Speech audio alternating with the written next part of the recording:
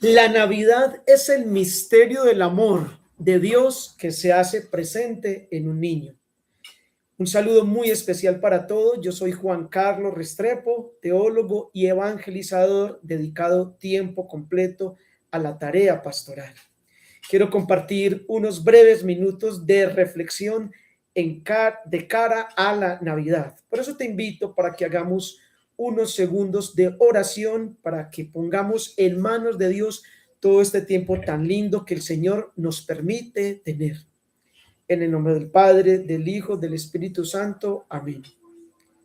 Padre Celestial, en el nombre de Jesús, te damos gracias por este día, por esta mañana tan linda, en la cual nos permites tener un tiempo de encuentro contigo. Toma nuestros corazones, toma nuestra vida, toma nuestra alma, toma nuestro ser.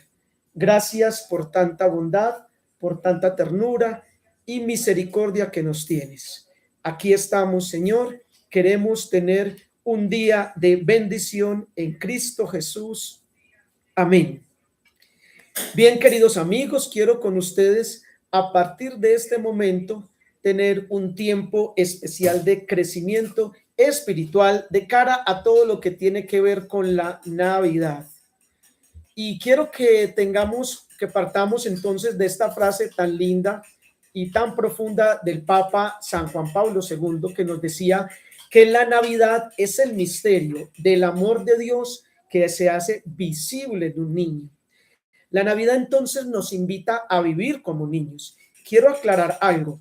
Hoy, en el momento que estamos transmitiendo en directo, esta emisión es 6 de enero del año 2026.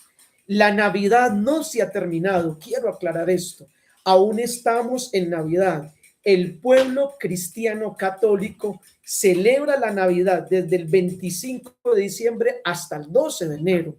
Y las bendiciones de Dios las debemos vivir de forma plena y total.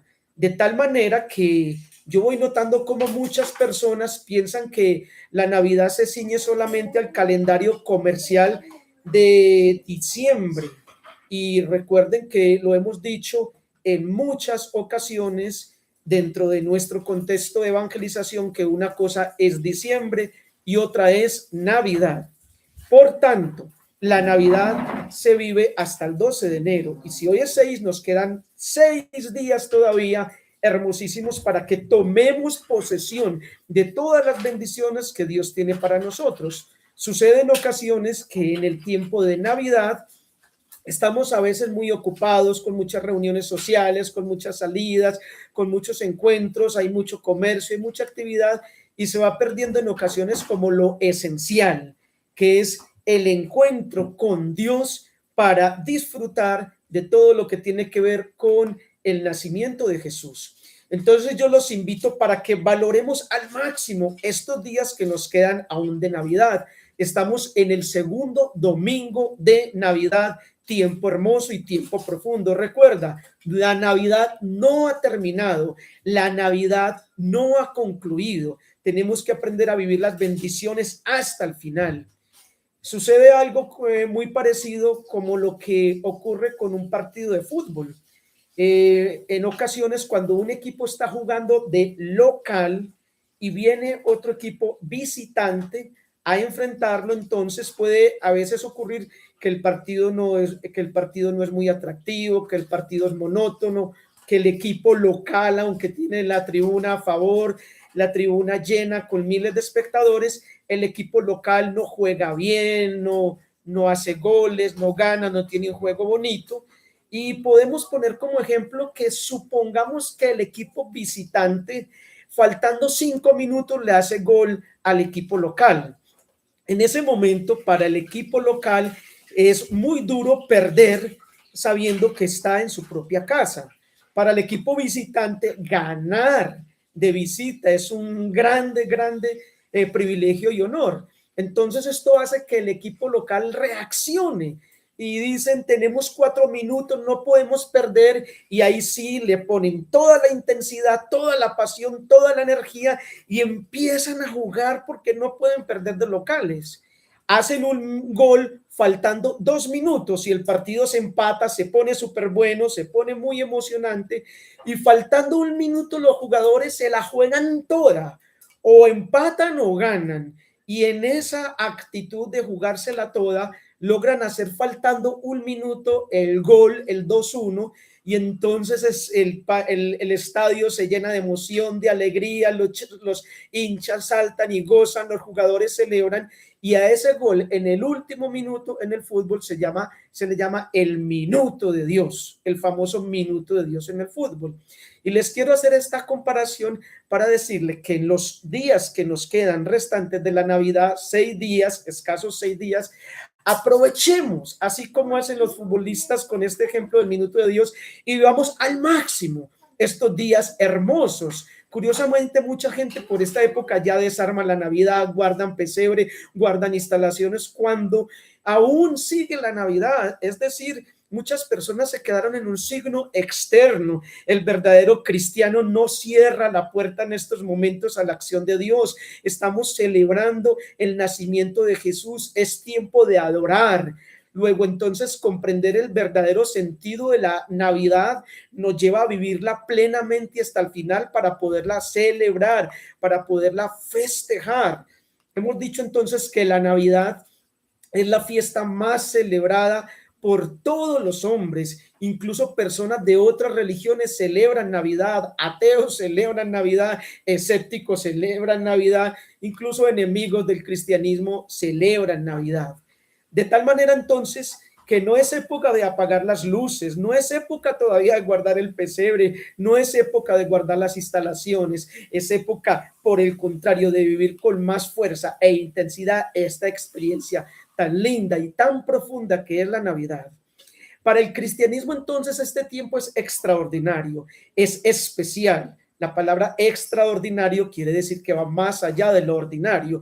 Y es esa la propuesta que te quiero hacer en esta mañana, que le pidamos al Señor nos conceda la gracia de hacer de estos días que nos quedan un tiempo verdaderamente extraordinario y de bendición, un tiempo especial en el cual nosotros en esta Navidad vivimos los acontecimientos centrales de nuestra fe, pues Dios se ha hecho hombre para salvarnos. Y esto es muy lindo, este tema de que Dios se haga hombre es algo demasiado profundo para nosotros los cristianos.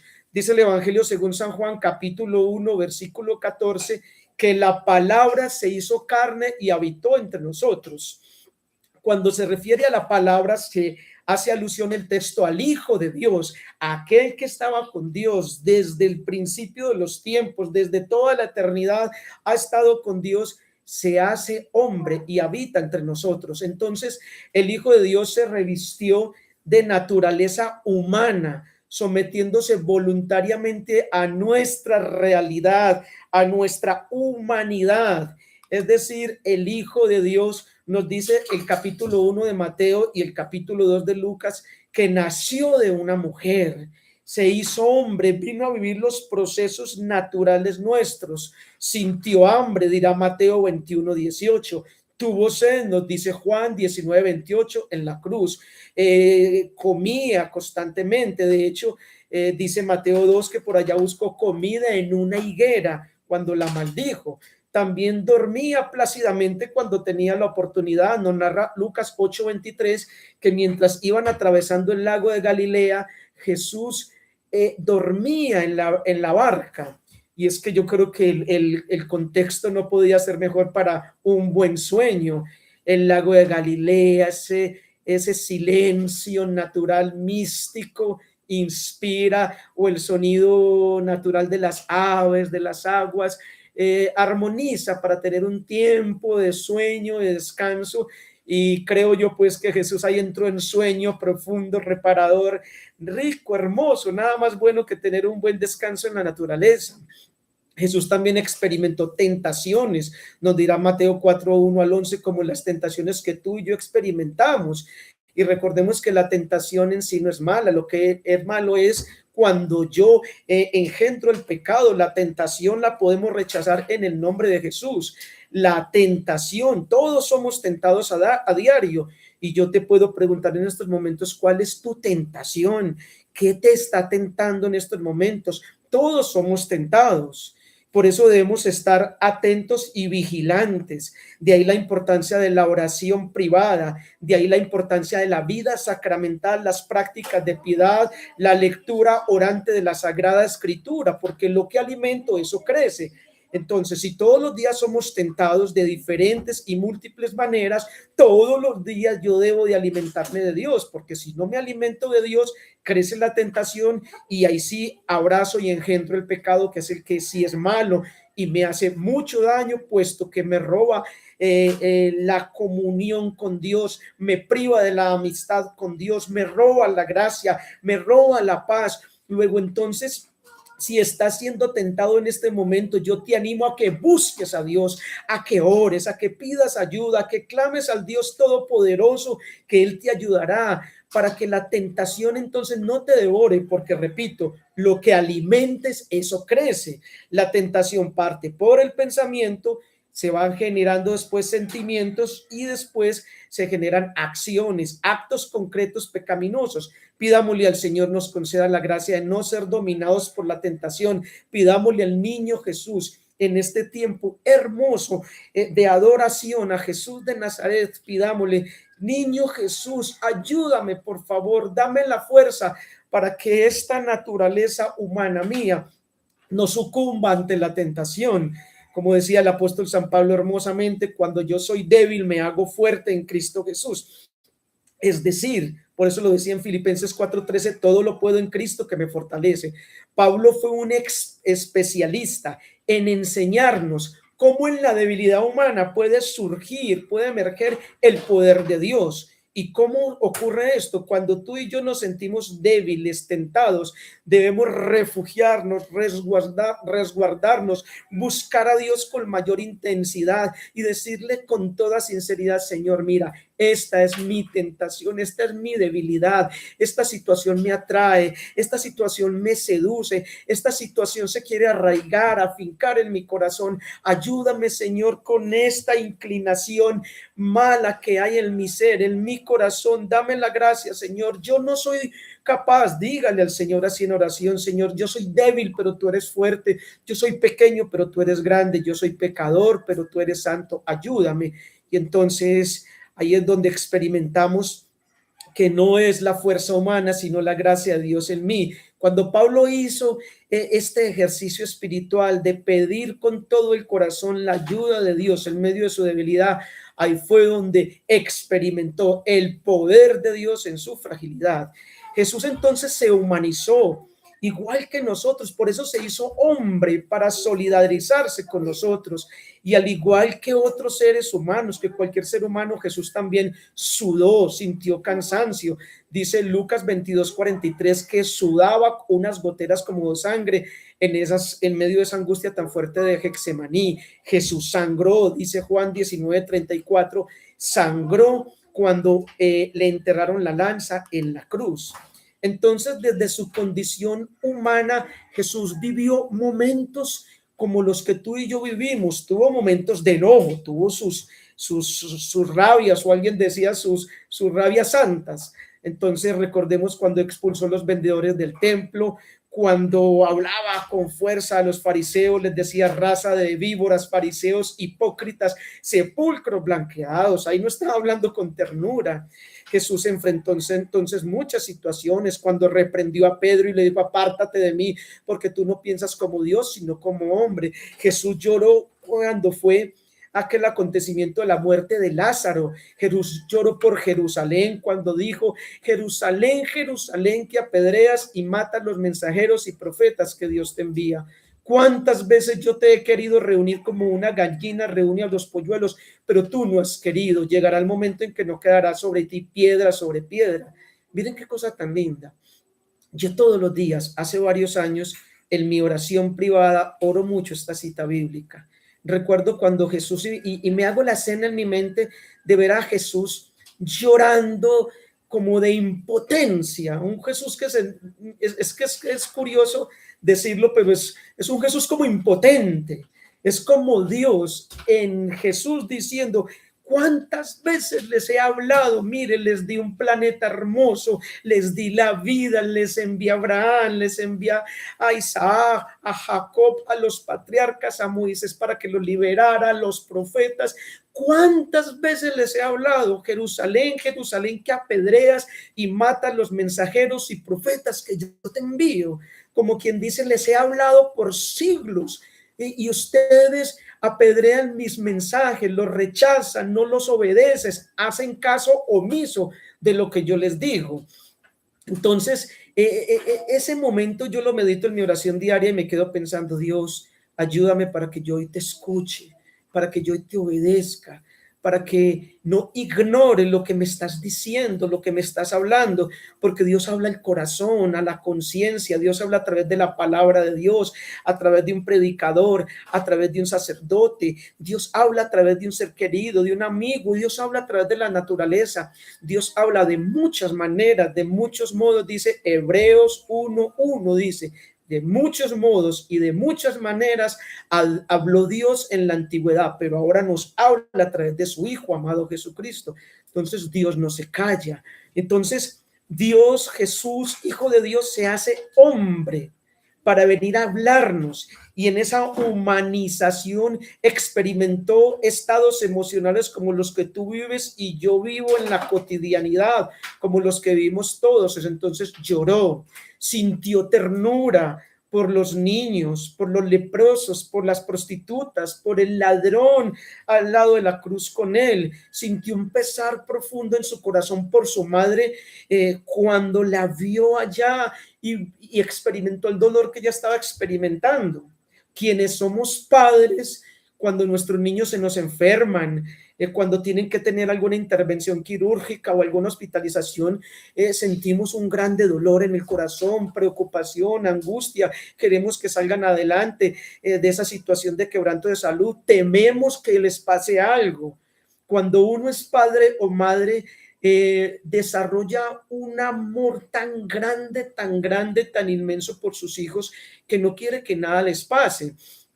Entonces Jesús, al estar en la cruz todos los días en mi oración privada, trato de hacerme esta escena cuando él miró a María y la vio con ese rostro desfigurado del dolor y ese corazón traspasado por el dolor, cuando se cumplió esa profecía de Simeón, y a ti, María, una espada te traspasará el corazón. Cuando Jesús ve a su madre traspasada por el dolor, lo que él tuvo que sentir también fue dolor.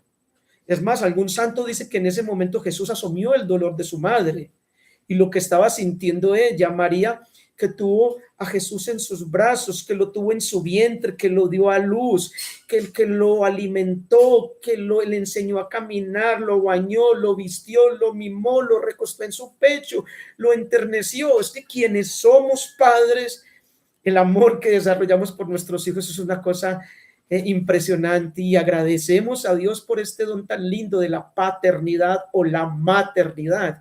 Entonces, lo que María pudo ver ahí en la cruz, ver a su niño, a su hijito, a aquel que tuvo en sus entrañas, que siempre amó, que vio crecer, que lo vio niño, adolescente y adulto. Por Dios, esto es una cosa impresionante. Y Jesús se hace hombre para experimentar todo eso. Sintió tristeza en el Getsemaní, dice que es una tristeza y una angustia de muerte. Sentir angustia o tristeza es algo terrible, es algo muy difícil, y Jesús lo sintió. Jesús sintió alegría, dice Lucas 10:21, que Jesús sintió una alegría. Dice literalmente en Lucas 10:21 que Jesús, lleno de la alegría del Espíritu, dijo mirando al cielo: te alabo, Padre, y te bendigo porque has ocultado esto a los sabios y entendidos y se lo has revelado a la gente sencilla. Sí, Padre, así te ha parecido mejor. Pero me gusta mucho esa primera expresión, como dice, que lleno de la alegría del Espíritu. Esto nos está diciendo que la alegría viene de Dios, que la alegría es un don del Espíritu Santo. Hay alegrías que vienen del mundo y hay alegrías que vienen de Dios. ¿Cuál es la diferencia entre las alegrías humanas o terrenas y la alegría que viene de Dios del cielo? La diferencia la acabo de marcar, es que la del cielo es fruto del Espíritu Santo, la alegría es un fruto del Espíritu Santo. Gálatas 5:22, texto muy conocido, dice que los frutos del Espíritu Santo son amor, alegría, paz, humildad, bueno, y otros, pero el segundo después del amor es la alegría. Entonces, la alegría que nos da Dios no se acaba, no tiene fecha de vencimiento, es perenne, no se la roban las dificultades, no se la roban los problemas. La alegría del carro nuevo, del paseo o de muchas situaciones que vivimos en este mundo son efímeras, van pasando, el paseo pasa, el carro nuevo finalmente se vuelve normal, el olor a nuevo también pasa, y la casa nueva, que es una bendición también, pues es una alegría muy bonita, pero después uno vuelve a algo normal, se acostumbra a ella, pues siempre con gratitud. Pero la alegría que Dios nos da es una curva hermosa que nunca declina. Es un estado emocional, espiritual que Dios nos da a los seres humanos maravillosos, que podemos tener unos picos más altos y otros de serenidad, pero al fin y al cabo no se va la alegría. Entonces Jesús también experimentó la alegría humana y vino a enseñarnos cómo vivir en la alegría de Dios. Por eso dijo en Juan 15:11, Jesús dijo, yo vine para que ustedes tengan alegría y esa alegría llegue a la plenitud. Entonces el nacimiento de Jesús es una explosión de alegría, es una explosión de gracia. Algunos científicos han hablado en décadas anteriores de la famosa teoría del Big Bang, tratando de hacer alusión a los orígenes del mundo, que dicen que fue una explosión que dio origen al universo actual. Independientemente que esta teoría sea real o no, porque igual Dios seguirá seguirá siendo el autor de la creación, sea que haya utilizado una explosión tipo Big Bang, o sea que lo haya hecho por procesos naturales como narra el Génesis, como Dios quiera haberlo hecho, siempre será Él el autor de la creación.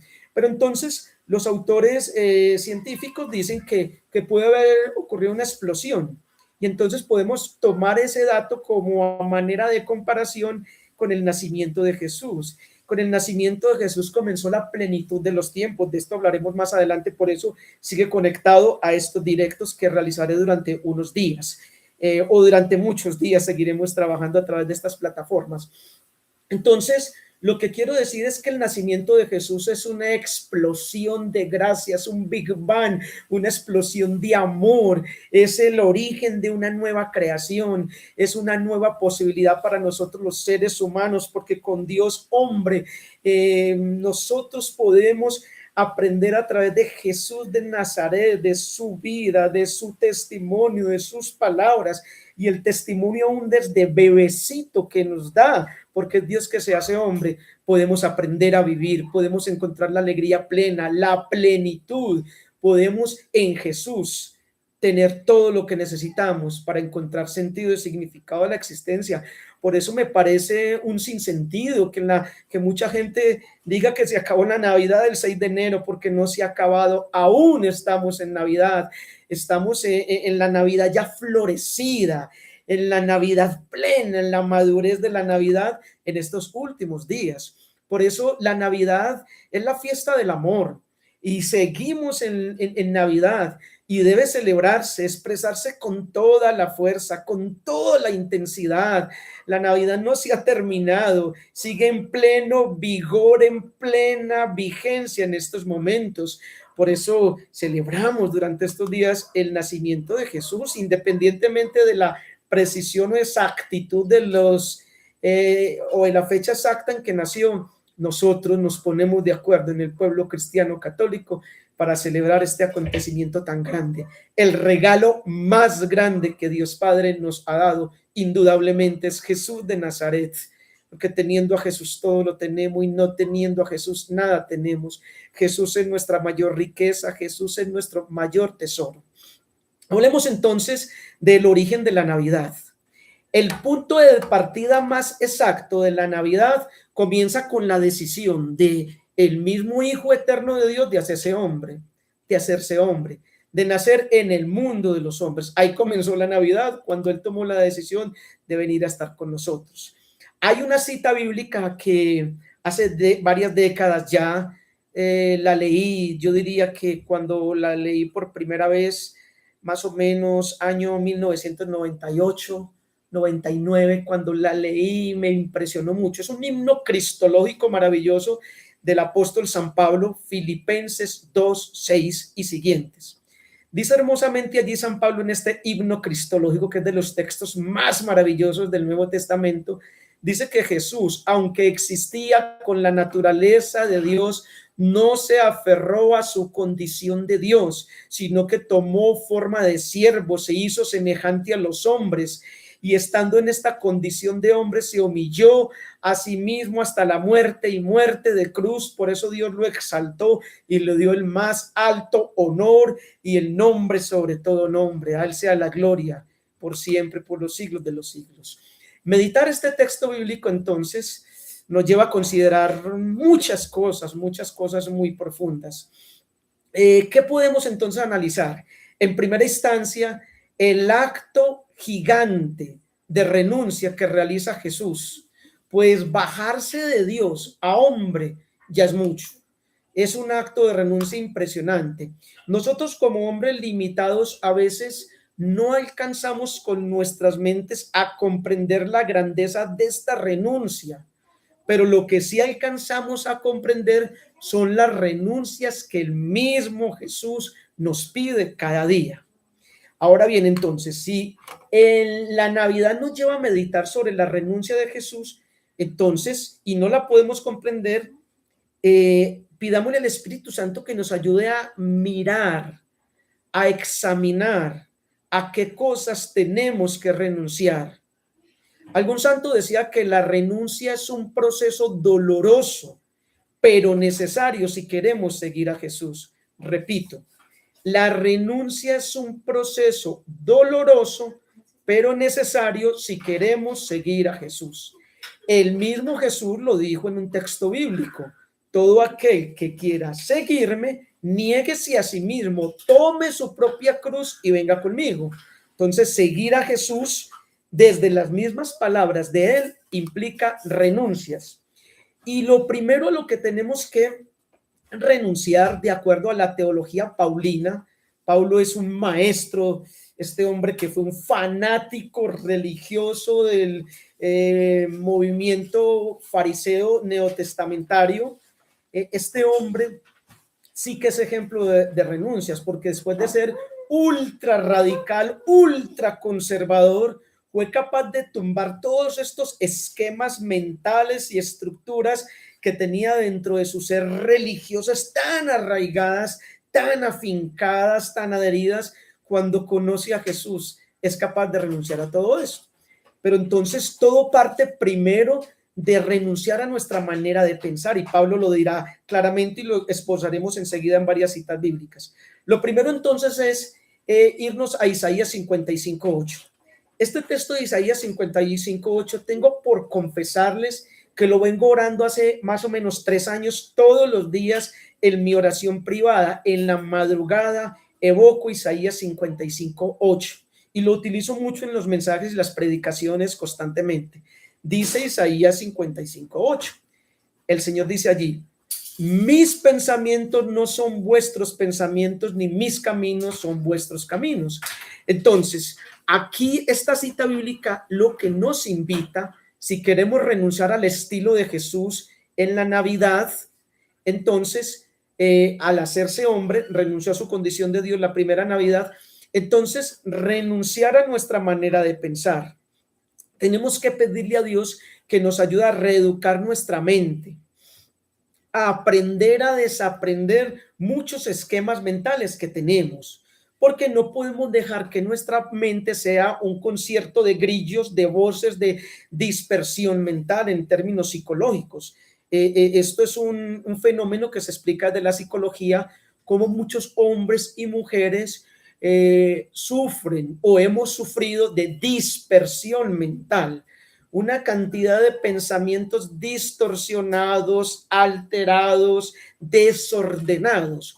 Entonces dice el apóstol Pablo que Dios es un Dios de orden, y dice también el Génesis que en el principio todo era caos, y el Espíritu se movía sobre las aguas, y ese Espíritu de Dios empieza a ordenar, empieza a crear, dice el Génesis que la voz de Dios, el Espíritu de Dios, la voz del Padre dice, hágase la luz, hágase la tierra, los árboles, todo eso. Entonces el Espíritu de Dios Padre que se movía en ese caos sobre las aguas empieza a ordenar hasta que finalmente termina toda la creación. Dios Padre en su Espíritu con Jesús, esa Trinidad que es comunión, entonces ordenan todo el caos y termina la creación, el cosmos. Por eso la palabra cosmos significa universo ordenado. Entonces debemos pedirle a Dios Padre que con la fuerza de su Espíritu en Jesús de Nazaret nos ayude a ordenar esta mente, para que nuestros pensamientos sean los pensamientos de Dios y nuestros caminos los caminos de Dios. Cuando trabajamos todos los días esa parte mental, ese ordenamiento de nuestra mente, entonces se da el efecto transformador en nuestra vida, es decir, la conversión. Tenemos una mente renovada. La palabra conversión viene del griego metanoia, y metanoia significa cambio de mentalidad. Por eso, cuando tenemos oración diaria, vida sacramental diaria, cuando tenemos todos los días lectura orante de la Sagrada Escritura, prácticas de piedad, y no solamente oración, sino obediencia, entonces la oración obediente va generando esa conversión y esa transformación, porque se trata de que esa vida sacramental, lectura orante de la palabra, esa meditación, esa oración, la aterricemos a la vida. Porque si no se queda pues como en un pietismo religioso sin sentido. Tenemos que aterrizar la oración a la vida, la oración, los sacramentos, todo eso tiene que tener tren de aterrizaje en nuestra vida cotidiana. Por eso hay que pedirle a Dios en esa oración: Señor, dame la gracia de que esto que estoy orando, de que este Padre Nuestro que estoy recitando, lo aplique hoy a mi vida, en mis acciones concretas, en mis intenciones, deseos, pensamientos, miradas, actitudes, palabras, sentimientos y acciones. Si analizamos bien, si hacemos un análisis y somos sinceros, en muchas ocasiones nuestros pensamientos, nuestros caminos, nuestros propósitos y nuestras actuaciones distan grandemente de los pensamientos, caminos, propósitos, actuaciones de Dios. Como si en ocasiones la voluntad de Dios fuera en una dirección y la voluntad nuestra fuera en otra dirección. Entonces quiero que hablemos de algunas diferencias entre nuestros pensamientos y los de Dios. Si dice Isaías 58, dice el Señor, mis pensamientos no son vuestros pensamientos, entonces vamos a ver unas diferencias, porque es importante tener claridad. Si nosotros no tenemos una buena manera de pensar, no vamos a ver claro. Y si no vemos claro el camino, nos llenaremos de confusión, de miedos, pasaremos momentos de mucha incertidumbre, de dudas sobre nuestra fe. Por tanto, entonces debemos conocer plenamente a Dios Padre por medio de Jesús de Nazaret, y esta Navidad es una ocasión propicia para que así lo hagamos a través de la adoración al niño Jesús. Entonces, los pensamientos nuestros casi siempre están dirigidos a las cosas de acá abajo. El pensamiento de Dios hacia lo del cielo. Por eso el apóstol Pablo, inspirado por el Espíritu Santo, dice en Colosenses 3:2, busquen las cosas del cielo. Miren qué lindo, busquen las cosas del cielo. Lo dirá por allá también en Filipenses 4, dice, piensen en todo lo puro, lo bueno, lo santo, lo noble, lo digno. Entonces, el pensamiento tiene que ir hacia allá. Por eso tenemos que ser muy sigilosos y analizar qué estoy pensando. ¿Piensas lo que piensas?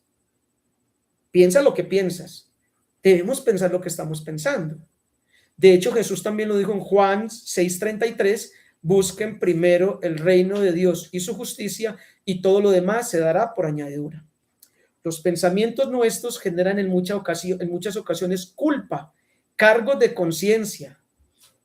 El pensamiento de Dios genera perdón y serenidad de conciencia. Miren la diferencia. Mientras que nuestros pensamientos nos cargan con culpa la conciencia, el pensamiento de Dios, la mente de Dios nos lleva al perdón, a la serenidad y a la conciencia serena, tranquila. Los pensamientos nuestros nos pueden llevar en determinado momento a decir, no, sí es posible perdonar, pero no olvidar. Y la mente de Dios nos dice lo contrario.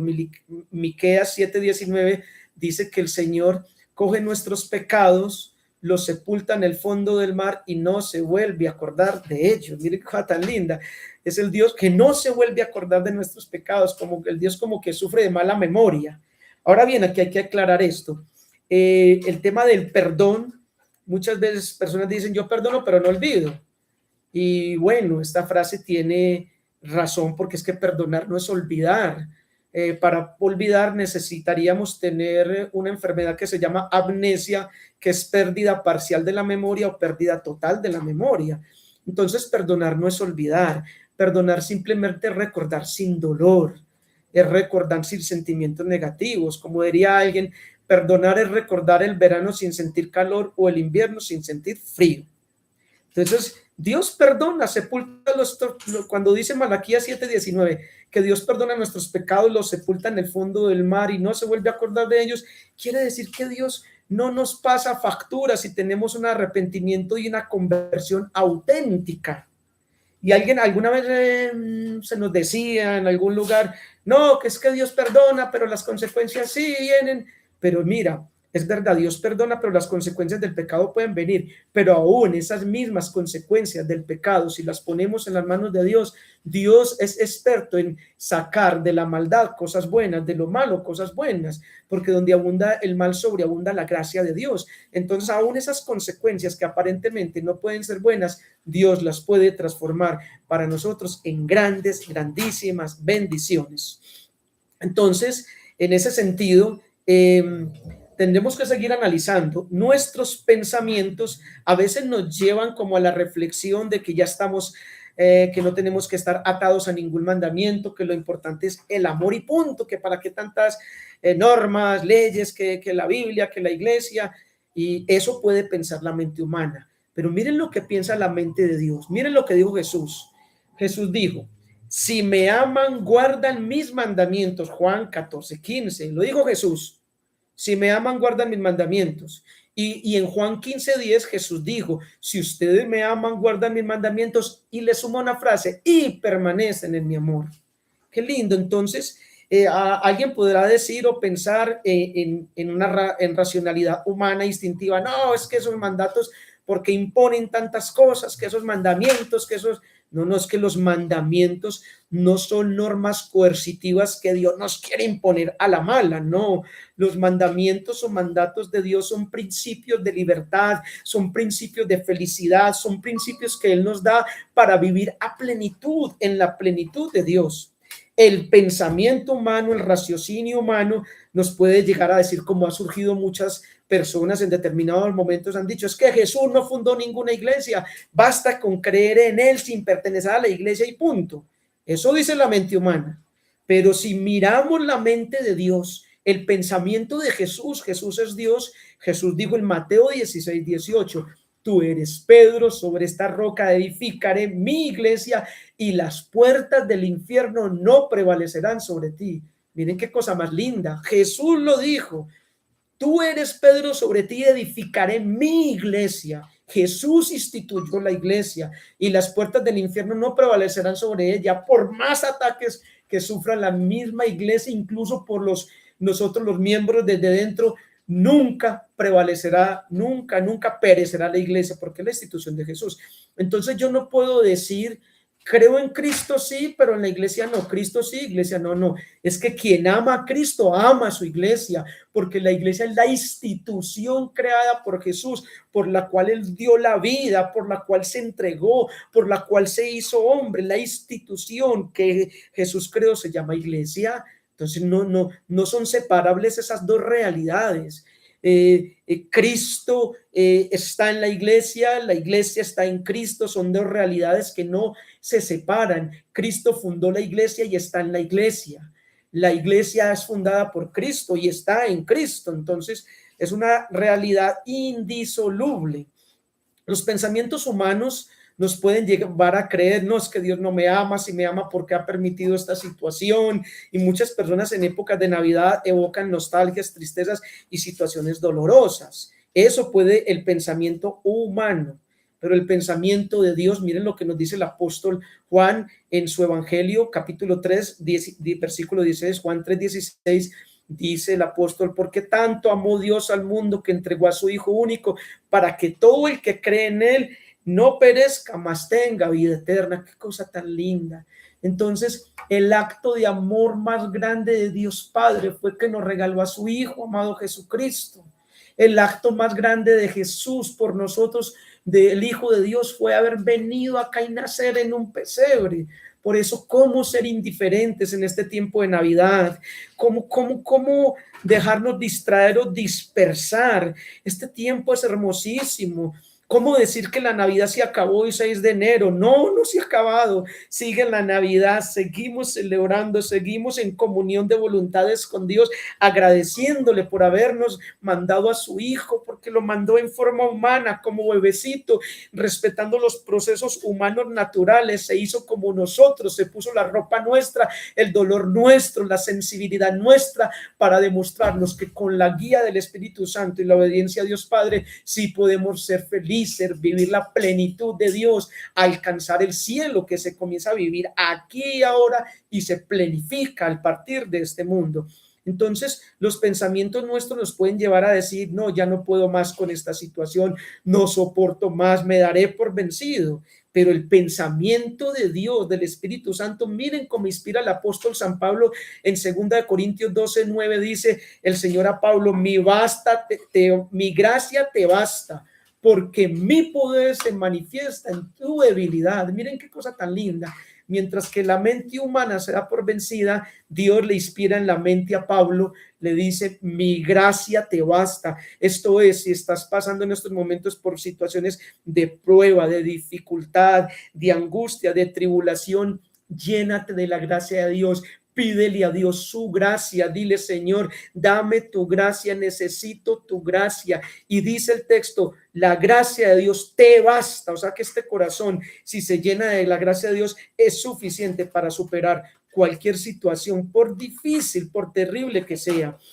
Los pensamientos humanos nos pueden llevar a creer que no tenemos perdón de Dios, que grandes son nuestros pecados y que superan la misericordia de Dios, que ya hemos superado o abusado de su misericordia. Pero miren lo que dice la mente de Dios en el apóstol San Juan, que fue tan cercano a Jesús. Primera de Juan 1:9 dice que si reconocemos nuestros pecados, fiel y justo es Dios para perdonarnos, fiel y justo. Es decir, nadie abusa de la misericordia de Dios. La misericordia de Dios es más grande que todos los pecados de todos los hombres de todos los tiempos. Nunca supera nuestro pecado la misericordia de Dios. Ahora bien, ¿cuál es el punto que hay que aclarar acá? Que la misericordia de Dios es para el que se arrepiente. Si no me arrepiento, si no tomo distancia, no tengo acceso a la misericordia de Dios, porque ahí sí termino blasfemando contra el Espíritu Santo. El Catecismo de la Iglesia Católica explica muy bien, numeral 1864, qué es la blasfemia contra el Espíritu Santo. Dice que la misericordia de Dios es infinita. Dice literalmente el Catecismo en el numeral 1864, la misericordia de Dios es infinita, pero aquel que se niegue a acogerse a la misericordia de Dios y siga pecando deliberadamente durante toda su vida frente a semejante pecado, no hay misericordia que valga. Entonces, ¿qué es blasfemar contra el Espíritu Santo? Es seguir pecando y pecando y pecando y pecando toda la vida y nunca arrepentirme, nunca cambiar. Y alguien dirá, pero es que ¿cómo cambio si no he podido? Lo único que yo te digo es que es verdad que somos débiles, pero si te abandonas en Dios, si le pides, si le dices con toda sinceridad, mira, Señor, esta debilidad que ha cogido raíces profundas en mi corazón, mira este pecado, mira esta maldad, yo no soy capaz, ayúdame, Señor. Si me abandono en Dios, si le pido con sinceridad y humildad que me ayude a salir de la oscuridad, Él me saca a la luz y me lleva a puerto de salvación. Los pensamientos humanos nos pueden llevar a creer o en determinado momento decir en nuestro ser interior, tengo mucho miedo frente a lo que ocurrió, tengo mucho miedo y mucha angustia frente a lo que está ocurriendo y a lo que puede ocurrir. O sea, la mente nos puede generar muchos temores y el miedo sobredimensiona la realidad. Por ahí hay un librito, lo venden en la librería Minuto de Dios, de un autor de acá de Medellín, de apellido Echeverry, no recuerdo el nombre del bien, es de apellido Echeverry, se llama Las películas de mi mente.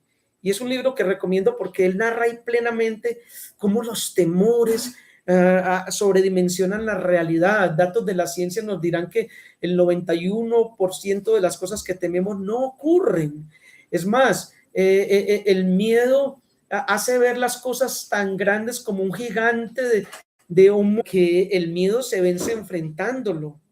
Job decía, ay de mí, pobre de mí, lo que tanto temía, eso me sucedió. No, pidámosle al Señor que nos llene de su amor. Dice el apóstol Juan que el amor perfecto de Dios expulsa el temor. Entonces la mente humana nos puede llenar de miedos, la mente humana, pero si nos acogemos a Dios y tomamos posesión de sus promesas, miren lo que dice el pensamiento de Dios, la mente de Dios nos dice, Isaías 43:1 dice, no temas porque yo te rescaté, tú eres mío. Si tienes que pasar por las aguas, no te ahogarás. Si tienes que pasar por el fuego, no te quemarás. Miren qué cosa tan linda nos dice el Señor. No temas. La mente, la voz, el pensamiento de Dios apunta a que usted y yo no tengamos miedo, porque somos de Él. Miren qué linda expresión, tú eres mío, tú eres mío. O sea, le pertenecemos a Él, y aunque pasemos por las aguas no nos ahogaremos, por el fuego no nos quemaremos. El apóstol Pedro, mientras miró a Jesús fijamente, caminó sobre las aguas, pero cuando sintió miedo, pensó, miró para los lados, dejó de mirar a Jesús, se llenó de miedo y comenzó a hundirse. Lo salvó Jesús finalmente. Solo Jesús nos puede salvar. Los pensamientos humanos nos llevan a creer que ya no podemos cambiar, o aquel famoso adagio, genio y figura hasta la sepultura, adagio popular, yo no puedo cambiar, me tienen que aceptar como soy, yo ya intenté mucho y no lo logré, yo no puedo, no soy capaz, no, decir no puedo es decir no quiero, porque el que quiere puede con la ayuda de Dios. Miren qué lindo lo que nos dice el pensamiento de Dios, la instrucción de Dios a través del apóstol San Pablo en Romanos 12:2 dice, no se acomoden al mundo presente, antes bien transfórmense mediante la renovación de la mente. El pensamiento humano nos puede llevar a reflexionar y decir, estoy solo en este mundo, no cuento con nadie. Pero miren lo que nos dice la mente de Jesús, yo estaré con ustedes día a día hasta el fin de los tiempos. Le dijo a los discípulos allá en Mateo 28:19 en la gran comisión, cuando más ampliamente les dice, vayan y bauticen en el nombre del Padre, del Hijo y del Espíritu Santo, y he aquí que yo estaré con ustedes día a día hasta el fin de los tiempos. La mente humana, el raciocinio humano nos puede llevar a sacar teorías como aquella de que no tengo que hacer nada para salvarme. Pero miren lo que dice el pensamiento de Dios inspirado en San Pablo por el Espíritu Santo en 1 Corintios 6:9 dice, no se dejen engañar porque ni los fornicarios, ni los adúlteros, ni los idólatras, ni los homosexuales, ni los pervertidos sexuales, ni los ladrones, ni los borrachos, ni los avaros, ni los estafadores tendrán parte en el reino de los cielos. 1 Corintios 6:9. Entonces, miren la grande diferencia entre el pensamiento de Dios y el nuestro. Todo miren qué reflexión tan profunda la que estamos haciendo y tan extensa acerca de la Navidad. Todo simplemente partiendo de que Jesús, de que el Hijo de Dios tomó la decisión de hacerse hombre, renunció. Y entonces, para nosotros renunciar, una de las principales renuncias es a nuestra manera de pensar. Porque dice Isaías 55:8 el Señor, mis pensamientos no son vuestros pensamientos. Entonces estoy haciendo un paralelo entre el pensamiento del hombre y el pensamiento de Dios. El pensamiento del hombre, el nuestro, puede llevarnos a la reflexión o a la conclusión de que es imposible, de que ya no se puede hacer nada, de que ya las cosas están dadas, mientras que el pensamiento de Dios, inspirado en el apóstol, en el mismo Jesús, en Lucas 1:37, Jesús dijo que para Dios nada es imposible, nada es imposible. Lo humano dice imposible, el hombre dice imposible, Dios dice nada es imposible. El pensamiento humano nos puede llevar a creer de que ya estamos cansados de luchar, de que no tiene sentido, de que no tenemos fuerzas. pero el pensamiento de Dios en Jesús nos dice en Mateo 11:28, vengan a mí los que están cansados y agobiados, que yo los haré descansar. Entonces, en síntesis, la invitación en estos días de Navidad hermoso es para que concentremos en Dios nuestros pensamientos, pues Dios prometió que guardará en completa paz a los que confían en Él, que centremos nuestra mente en Dios porque Él tiene grandes promesas. En esta Navidad hermosísima y en este principio de año podemos tomar posesión de Jeremías 29:11, promesa hermosa, donde el Señor dice, yo sé los planes que tengo para ustedes, planes para su bienestar y no para su mal, a fin de asegurarles un futuro lleno de esperanza. Miren que el Señor tiene todo planeado. Por eso, llegada la plenitud de los tiempos, envió a su Hijo y por eso estamos celebrando Navidad. Entonces Dios tiene toda nuestra vida organizada, agendada, planeada. Ahora bien, el Evangelio según San Mateo nos dice literalmente cómo tenemos que renunciar a nuestra manera de pensar. Mateo 16:23, vemos allí un regaño muy fuerte que Jesús le hizo a Pedro. Demasiado fuerte le dijo, apártate de mí porque tú no piensas como Dios, sino como hombre. Ahí está súper claro. Debemos aprender a pensar como Dios y no como hombre. Y el mismo apóstol San Pablo en 1 Corintios 2:16 dice con mucha convicción, nosotros tenemos la mente de Cristo. Qué lindo. De hecho, también nos dirá en 1 Corintios 10:4, en 2 Corintios 10:4, perdón, dice el apóstol San Pablo, someto todo pensamiento de rebeldía a la obediencia en Cristo Jesús. Es decir, el hermoso combate de la mente, la batalla de la mente, la lucha de los pensamientos, la llevamos de la mano de Dios para que de día en día, a través de la oración, de la vida sacramental, de la lectura de la palabra, de la obediencia, del aterrizaje de todo eso en la vida cotidiana, vamos reseteando nuestra mente, nuestro cerebrito va cambiando y vamos desarrollando la mente de Cristo. Por eso nos podemos hacer varias preguntas. Una de ellas es, ¿cómo pensaría Jesús en mi caso? En esta realidad concreta que estoy viviendo particular y específica, ¿cómo pensaría Jesús en mi caso? Otra pregunta es, ¿en verdad, si tenemos la mente de Cristo? Alguien podría decir, no, Juan Carlos, eso es muy difícil. No, Él nos quiere ayudar a desarrollar su manera de pensar. Jesús nos quiere ayudar para que aprendamos a pensar a la manera de Dios. Esto entonces también nos debe llevar a otro pasito que es renunciar a nuestros sentimientos. Los pensamientos producen sentimientos. Cuando yo cambio mi manera de pensar, van cambiando también mis sentimientos, porque los pensamientos alimentan sentimientos, los robustecen y finalmente llegan las acciones. Entonces, en esta Navidad es también importante pedirle al niño Jesús nos conceda sus sentimientos, los sentimientos de Dios o los sentimientos de Jesús. Dice el apóstol Pablo en Filipenses 2:5, él nos invita, él dice, si ustedes me quieren dar consuelo, tengan los mismos sentimientos de Cristo. Entonces tenemos que preguntarnos cuáles son los sentimientos de Cristo para poderlos tener. Hablemos de algunos entonces. Número 1, el amor. Dice Marcos 10:21 que se le acercó un hombre rico, le hizo una pregunta para alcanzar la salvación y el texto nos dirá literalmente que Jesús mirándole con amor, qué lindo, mirándolo con amor. Hermoso saber que Dios nos mira con amor, que Jesús nos mira con amor. Yo se me pongo a imaginarme cómo sería esa mirada tan linda, amorosa, porque es que una mirada con amor abraza, las miradas acogen. Las miradas es la forma más corta y más rápida que hay de comunicación entre dos seres humanos. Miradas de acogida, de amor, de empatía, de cariño, de ternura. Tan rico cuando nos miran con amor y tan rico cuando miramos con amor. Otro sentimiento de Jesús es la compasión, que es muy frecuente. Los textos bíblicos narran ampliamente cómo él tuvo compasión. Dice Marcos 1:41 que Jesús, movido a compasión, tocó los ojos de los ciegos de Jericó y al instante recobraron la vista. Los miró con compasión. Hermoso. Qué lindo es experimentar la compasión de Dios, pero también nosotros ser compasivos con otros seres humanos. Dice también Lucas 7:13 que cuando Jesús entraba Naín y salió esta mujer viuda enterrando a su único hijo, él la miró con compasión, y es que era una situación muy difícil. Las mujeres en esa época no podían trabajar. Ella era viuda, no tenía esposo, y se le muere el hijo, un joven. Entonces ella iba a quedar en pobreza, no solamente afectiva, sin familia, sino en pobreza económica, como habitante de calle. Y Jesús entonces la mira con compasión y le resucita a su hijo. Yo me imagino cómo sería la alegría de esta mujer. Es que quienes somos padres, de verdad, el amor que sentimos por los hijos es algo inconmensurable, y ver la partida de ellos es algo difícil, doloroso.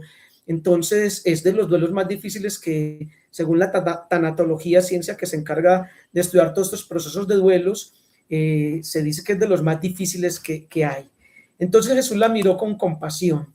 Dice también Marcos 6:34 que al desembarcar Jesús vio a mucha gente y sintió compasión de ellos, porque eran como ovejas que no tenían pastor. Otra vez, compasión.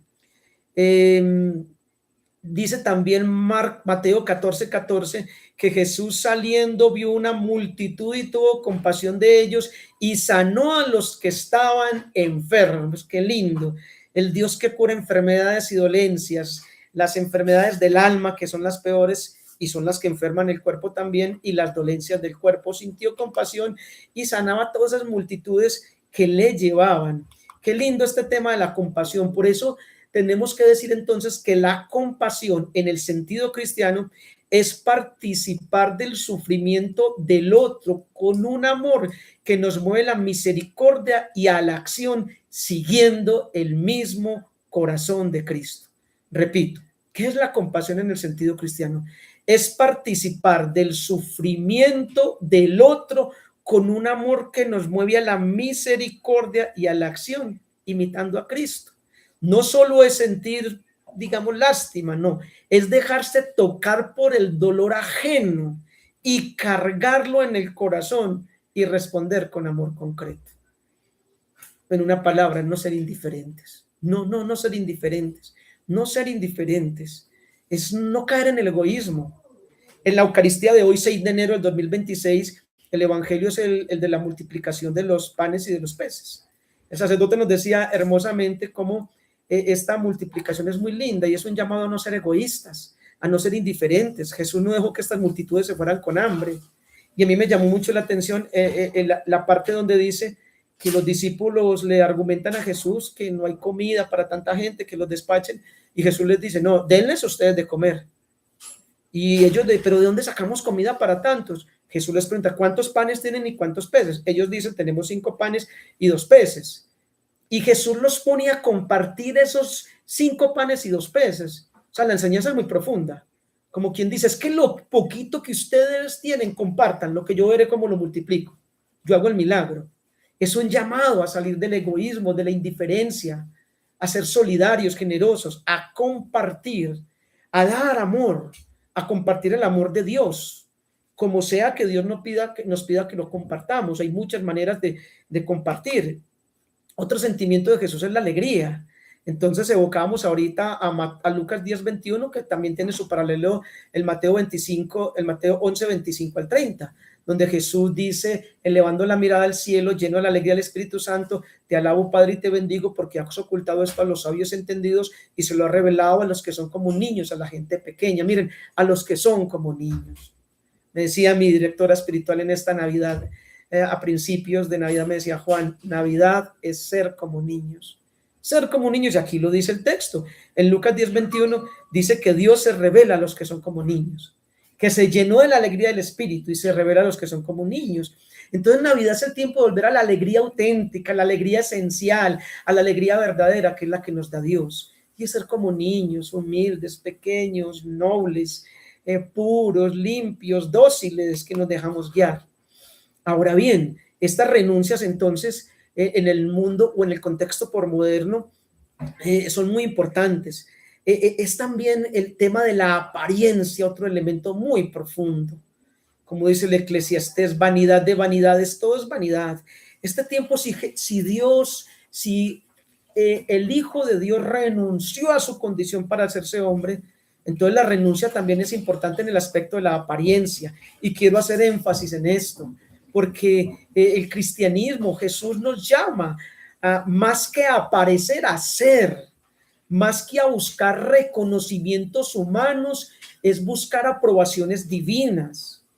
Cuando yo estoy buscando mucho que me aplaudan, que me aprueben, que me den créditos, que me reconozcan, que me admiren, que me feliciten, todo eso son vacíos en el alma, carencias emocionales, ausencia de Dios. Cuando yo me inflo y me pavoneo de orgullo, de arrogancia, de prepotencia, de petulancia, cuando soy muy aparente, todo eso es vacío interior, es ausencia de Dios. Porque nosotros los cristianos no debemos pensar tanto en eso, sino en el ser interior. Cuando nos importa tanto el que dirán y nos afecta tanto el que dirán, es baja autoestima. Yo lo tuve que trabajar mucho, porque la baja autoestima hace que seamos muy vulnerables a lo que los demás digan de nosotros, a la calificación del otro. Y cuando hay ausencia de Dios, entonces la crítica nos puede hacer daño, la censura nos puede hacer daño, pero cuando estamos llenos de Dios ya no nos importa tanto el que dirán, sino lo que Dios piensa de mí. Y no debemos entonces pretender tanto ser conocidos, famosos, aplaudidos, sino reconocidos en el cielo.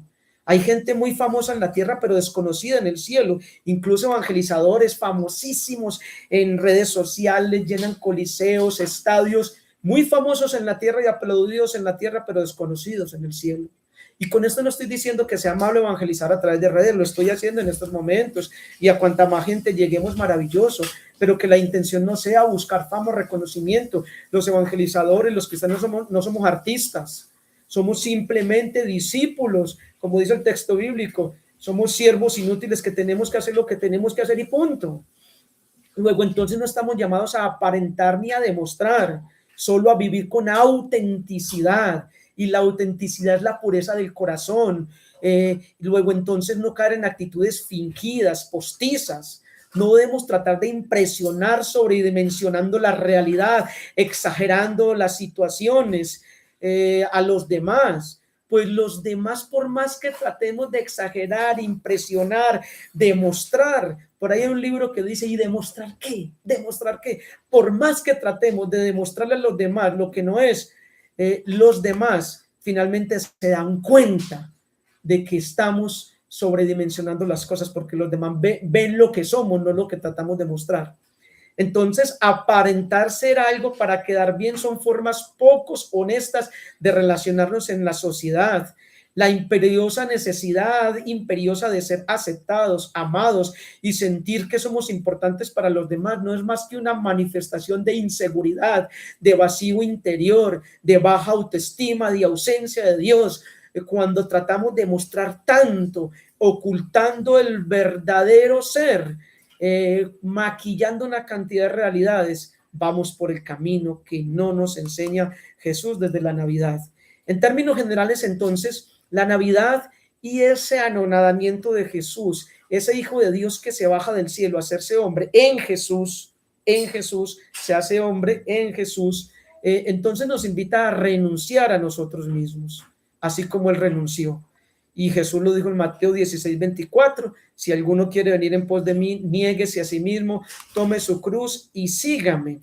Entonces, a ejemplo de Jesús, debemos aprender a hacer renuncias en nuestro camino de vida cristiana para poder decir como San Pablo, ya no soy yo quien vive, es Cristo quien vive en mí. Qué lindo, Gálatas 2:20. Entonces, Cristo se despojó de su majestad omnipotente para hacerse hombre y dejarse humillar y tratarse como esclavo, pasando de la suprema majestad al cero de la servidumbre. Esto es impresionante. ¿Cómo es que el creador, el Hijo de Dios, se deja en Jesús golpear, maltratar, que le demos una cachetada, que le tiremos saliva? Todo esto que ocurrió en la corona de espinas, la cruz, es impresionante. El Dios permitir todo esto, el creador. ¿Cuánto nos ama? ¿Cuánto amor nos tiene? Es impresionante. Es impresionante. Yo recuerdo las palabras de Santa Margarita María Lacob, que Jesús se le aparece y le dice, mis enemigos, Margarita, mis enemigos los judíos me pusieron una corona de espinas en la sien, pero mis amigos me la ponen en el corazón. dando a entender que nosotros los cristianos, cuando le fallamos, cuando pecamos, cuando violamos los mandatos de Dios, le estamos poniendo la corona de espinas a Jesús otra vez, pero esta vez no en la mente, en la sien, sino en el corazón, y duele más la del alma que la de la frente. Entonces, el Señor tomó mi lugar en la cruz para darme un puesto en el cielo, y para eso primero tuvo que ser un bebecito. Por eso celebramos Navidad.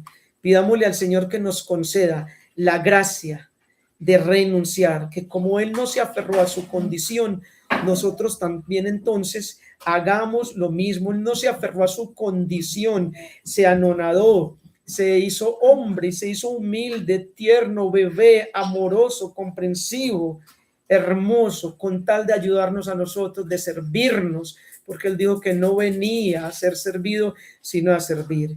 El Hijo de Dios entonces se hizo hombre para que los hombres nos hagamos hijos de Dios. No olvides esa frase. El Hijo de Dios se hizo hombre para que los hombres nos hagamos hijos de Dios. Jesús no se aferró, o el Hijo de Dios no se aferró a su condición de Dios, y por eso manifestó una conducta totalmente opuesta a la del querubín Satanás o del primer Adán, según narran las escrituras, que sí que quisieron ser como Dios. Miren la diferencia. Mientras que Satanás, Luzbel, quiso ser como Dios, Adán quisieron ser como Dios, según el relato del Génesis, que se les dijo que si comían el fruto serían como Dios, mientras que ellos quisieron ser como Dios. Jesús se negó a esta condición para hacerse hombre. Qué cosa tan linda. Entonces, frente a estas actitudes de rebeldía orgullosa y autosuficiente de Satanás, de Adán, del hombre pecador, tenemos la actitud de sumisión absoluta y propia de Jesús, Jesucristo, como un esclavo que, siendo igual a Dios, se despoja del manto de su majestad para vestirse de esclavo, de servidor, para lavarnos los pies, para servirnos. Es como si Jesús dijera: Señor, mira, yo aquí no aspiro nada en esta tierra, sino obedecerte a ti, amarte y servirte, ser esclavo tuyo. Hebreos 17 dice: aquí estoy, Señor, para hacer tu voluntad, para hacer lo que te agrada. Qué lindo. Digámosle lo mismo a Dios en esta Navidad: Señor, aquí estoy para agradarte, así como tu Hijo se hizo hombre y nació en un pesebre para agradarte, yo también quiero hacerme pequeñito para agradarte. Es aprender a tener pasión por agradar a Dios, por la voluntad de Dios. Dice Hechos 21:10 que el apóstol San Pablo estaba en Cesarea, llegó un hombre lleno de Dios, un grande hombre, un profeta, y tomó el cinturón de Pablo, se amarró las manos y los pies y dijo: aquel que es el dueño de este cinturón va a ser amarrado en sus manos y sus pies y va a ser conducido a Jerusalén, y allí tendrá que comparecer. Y cuando a Pablo le dicen esto, Pablo, sus discípulos muy preocupados le dicen: no vaya a Jerusalén, mira, el profeta dijo. Y Pablo dijo: es que yo no temo a eso, ni a la muerte. Si tengo que morir en Jerusalén por amor a Jesús, lo haré, porque lo único que yo quiero es hacer la voluntad de Dios y agradarlo a Él. Hechos 21:10-14. Entonces pidámosle al niño Jesús que nos conceda como regalo, fruto de esta Navidad, pasión por agradar a Dios, pasión por su santa voluntad. Por eso no vivas para agradar al mundo, vive para agradar a Dios. Podemos estar completamente seguros que Dios Padre se llenó de alegría al ver a su Hijo único ofrecerse para desagraviar la rebeldía de Satanás, de Adán, de todos nosotros. Prácticamente el Hijo de Dios le dijo al Padre: mira, papá, lo que tú quieras, como tú lo quieras, cuando tú lo quieras. Hermoso. Por eso nació en un pesebre. Entonces Jesús, con su obediencia, rectificó lo que con su desobediencia había echado a perder nuestros primeros padres. La esencia de Cristo es la obediencia a la voluntad del Padre Celestial. La vida cristiana es realmente sencilla. Es obedecer la voluntad de Dios y ya. Ahora bien, alguien dirá: bueno, sencilla, ni tanto, Juan. Pues luchemos con todo el corazón para obedecer al Padre, para hacer su voluntad y ya. Pidámosle a Jesús que nos dé esa gracia, porque Él dice que Él se revela a los sencillos, o sea, sencillez apostólica es no hacer la vida tan compleja, es simplemente: Señor, yo no puedo, pero tú sí puedes, ayúdame. Yo pongo mi parte, que es esta: tomar distancia, tratar de tomar y luchar por tomar distancia del pecado. Ayúdame a ti, tú, Señor, con lo demás. Yo hago mi parte para que Dios haga la de Él. En Caná de Galilea ellos pusieron las tinajas y el agua y Jesús transformó el agua en vino, hizo el milagro Jesús. Los discípulos pusieron los 3 panes y los 2 peces y Jesús los multiplicó. En la pesca milagrosa toda la noche intentando pescar, no cogían nada. Jesús, tire la red a la derecha, al mismo lugar donde han estado tirando ellos. Lo hicieron esta vez y pescaron. Entonces, hagamos nuestra parte, obedezcamos, que lo demás le corresponde a Dios. Como decía un humorista colombiano, haga caso. Jesús entonces, al despojarse de su gloria, haciéndose hombre y esclavo, obediente, destruyó las obras del mal para siempre. Por eso Jesús se despojó a sí mismo por amor a ti y a mí. Sin que tú y yo hubiésemos hecho nada, se despojó. Entonces se decidió entregarse por nosotros y todo lo dio por nosotros. Hermoso, la obediencia total de el Hijo de Dios, de todo corazón a la voluntad del Padre que se manifestó en Jesús, trajo como consecuencia la super exaltación de Jesús de Nazaret. Por eso termina diciendo Filipenses 2:6 y siguientes. Al final dice que por eso Dios le otorgó el nombre que está sobre todo nombre, para que en el nombre de Jesús se doble toda rodilla en el cielo, en la tierra y en los abismos, y toda lengua confiese que Jesús es el Señor. Bien, queridos hermanos, les quiero agradecer por este espacio tan lindo que me han regalado en este tiempo de oración y de reflexión. Los invito para que se unan a nuestro canal Vida en Abundancia Juan Carlos Restrepo, donde tenemos como único objetivo llevar hombres y mujeres a los pies de Jesús. Que el Señor los bendiga, que la Virgen los acompañe y seguimos en Navidad. Recuerden, no ha terminado la Navidad, se acaba el 12 de enero. Un abrazo y 1000 bendiciones para todos.